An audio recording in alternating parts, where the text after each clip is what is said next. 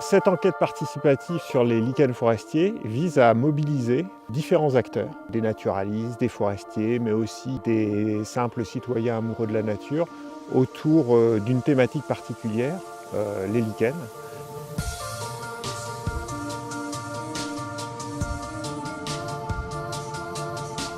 L'ensemble de ces personnes, au gré de leurs déplacements, qu'ils soient lors de promenades ou dans le cadre de déplacements professionnels, observent leur environnement et notent en vue d'améliorer la connaissance sur la répartition et sur l'écologie de ces espèces. Comme les critères étaient assez simples, donc on pouvait le faire facilement sans se balader avec les guides, etc. Donc je regardais, je prélevais, je faisais la petite manip s'il fallait faire une manip, je faisais une photo et après en rentrant à la maison, je rentrais les données sur le site approprié. On ramène des occurrences précises, tel lichen à tel endroit.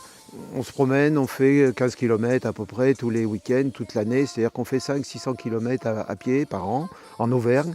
C'est un bon sujet d'étude et c'est quelque chose de suffisamment passionnant pour qu'on y consacre beaucoup de temps.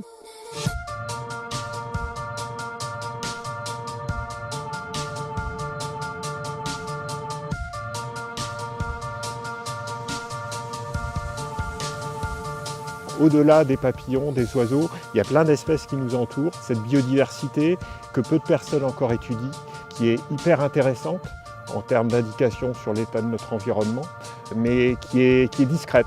Je suis curieuse de toutes les choses de la nature et c'est aussi une belle occasion de contribuer à de l'acquisition de connaissances. Souvent, quand on va dans la nature, on peut observer des choses et le fait de savoir que ça peut intéresser d'autres scientifiques, c'est une façon de contribuer à leur travail aussi. Là, dans l'enquête de l'Adréal, on a été épaulés du début à la fin, puisque quand on avait un doute sur une donnée, on pouvait les contacter et puis nous aider à aller un petit peu plus loin. L'Adréal, c'est la représentation régionale du ministère de l'écologie.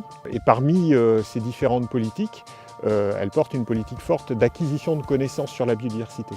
Parce que pour protéger la biodiversité, pour protéger la nature, il faut avant tout la connaître. Et cette enquête s'inscrit dans le cadre de cette politique d'acquisition de connaissances et en parallèle de sensibilisation du citoyen aux enjeux de conservation de la biodiversité.